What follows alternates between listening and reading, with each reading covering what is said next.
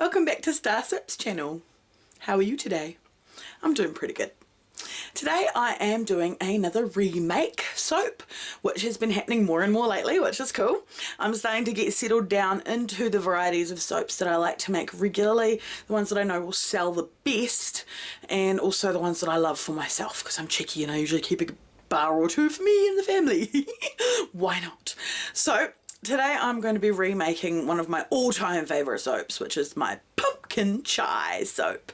This one has a scent to die for. It is so scrumdiddlyumptious, perfect for fall and winter and the cold months. Spicy, yummy, just everything you could want. So gorgeous. And this soap design has grown and morphed and changed as time's gone on, and I'm finally settled on like a final design that I will attempt to remake each time, which of course will come out slightly different each time because you can't exactly copy yourself, but they will, you know, I will try to follow the same pattern and they will resemble each other. So below I will leave links for you to go and check out my other pumpkin chai videos. I think there are 3 or 4, and in one of the first ones that I ever did, I left it very plain. I didn't even add real pumpkin, and I was just watching to see how badly it discoloured and things like that. And then in the next one I added pumpkin puree to the whole lot, which gave a mild, almost sort of an apricot peachy sort of a colour to the soap. And then after that I played around with adding the pumpkin to just one portion of the soap, which has become my favourite way of doing it. That is how my from here on out design of this type of soap is going to be. It will have pumpkin in just the one section, and then of course the fragrance goes into that section. It also goes into the dark brown section, but it stays out of the white section so that we can keep that bold white going through the whole design. It's a mouthful. But the thing I love about it, excuse me, is that the pumpkin actually colours that section very bright orange. It stays bright orange, and so it's a lovely additive to the skin, and it's also there for the design and everything. I love it. It's great. So without further ado, let's go and make pumpkin chai soap again. Squee! Alrighty, taking the temperature, and it's time to add the lye solution. I always sieve my lye solution because sometimes my silk doesn't completely dissolve. So a quick mix, and we don't want to over mix because we're going to be blending different colours. So just emulsification, and then time to separate out for the colours. First one is my brown, and it has some brown oxide and some activated charcoal, and the next one is the pumpkin, which will create a nice orange.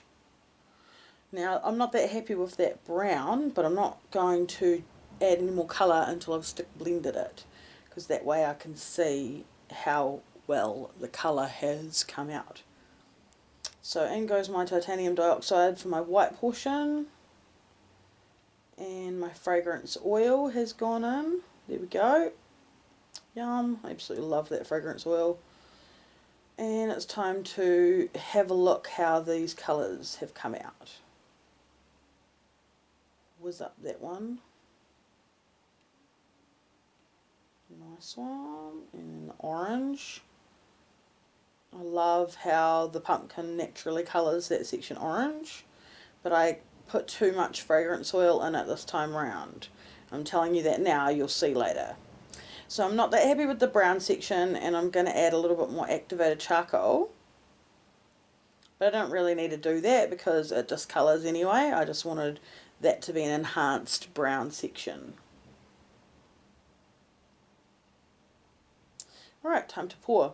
So first of all, a white layer is the base, and my soap is really thin, which is a good thing, but last time I did this design my soap was a bit thicker and I was able to layer the colours.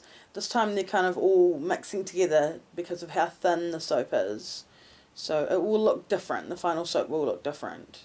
So now I'm going ahead with my plan, which is to add the pencil line of cocoa powder. So I've just got a sieve there and some cocoa powder, just going along doing a thin line, but trying to cover all of the soap if I can, and then go back through with colour, this white soap. Sorry, so my white soap is too thin, as you can see, and when I pour it, it's going to break through the layer. I'm trying to spoon some on but I don't think there's any way around it. So in the end, I just sort of go ahead and pour anyway because I want to carry on. I want to keep making it. What I could have done is I could have walked away and waited for a few minutes and come back till everything thickened a little bit. But I wanted to get it done. So I poured the thicker of the colours, which was my brown, first to try to give a layer. But the thin soaps just went straight through anyway. And some more white. And I mean, at the end of the day, that's the good thing about soap. It's forgiving. You can do whatever you want to do. You can change your plan at the last minute.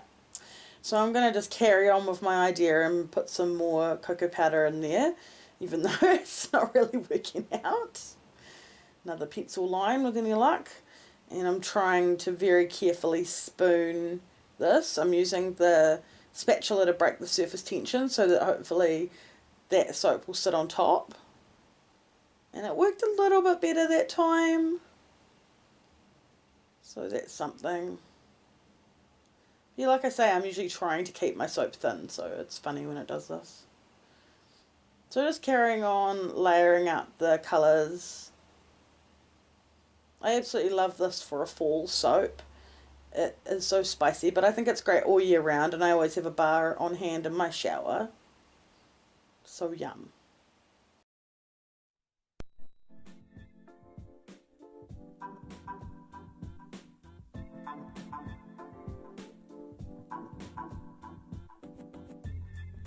StarrSoaps give me natural handmade soap made without any chemicals or unpronounceable ingredients. I really love the soap, the way it makes me feel. It's silky and it's smooth and the lather is surreal. Make it through the pie, milk it through it smooth. When you get your bubbles, well you know it's getting cool. I love StarrSoaps. If you're gonna wash with something, make it handmade and make it extra yummy. I love all the coconut, canola and olives. Nothing in the yucky, it's all made with love.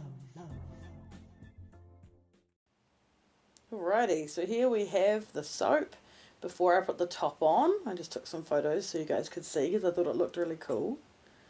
And now is for the final layer of white, which is the last little bit of soap that I have, and then I'm going to put some pretty little toppers on. My toppers are some soap from a previous batch that I rolled into little balls. So all the balls are a little bit different in size, but this has become the normal way that I top the soap, so that's why I'm sticking to it. I might in the future make some cute little pumpkins, you know, to match the pumpkin chai theme to top with. So just tapping them to make sure they're all attached, and I zoom in for you guys so you can have a look. The soap balls have been rolled and coated in mica to help them sparkle a bit on top there. So here's the soap unmolded. I thought it looked so cool on the side that we took some photos. And here's some photos of the cut bars when they were freshly cut. That looks so awesome. I'm so happy with how it came out. Pretty. Almost looks like the tongue from the Hard Rock Cafe. Bah.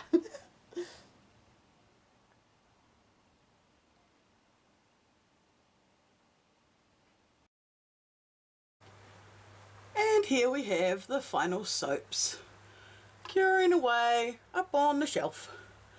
Now, as you can see, the soaps have discoloured, and I think that's because I upped the amount of fragrance oil that I used in this batch.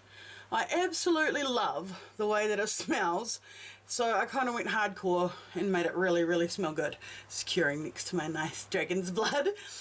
So that's what's caused the orange portion to go brown, and I'm quite disappointed in that. I really love how the pumpkin makes it orange. There's a few little specks of orange you can sort of see when I shine the light on them up there, but on the whole it has discoloured to brown.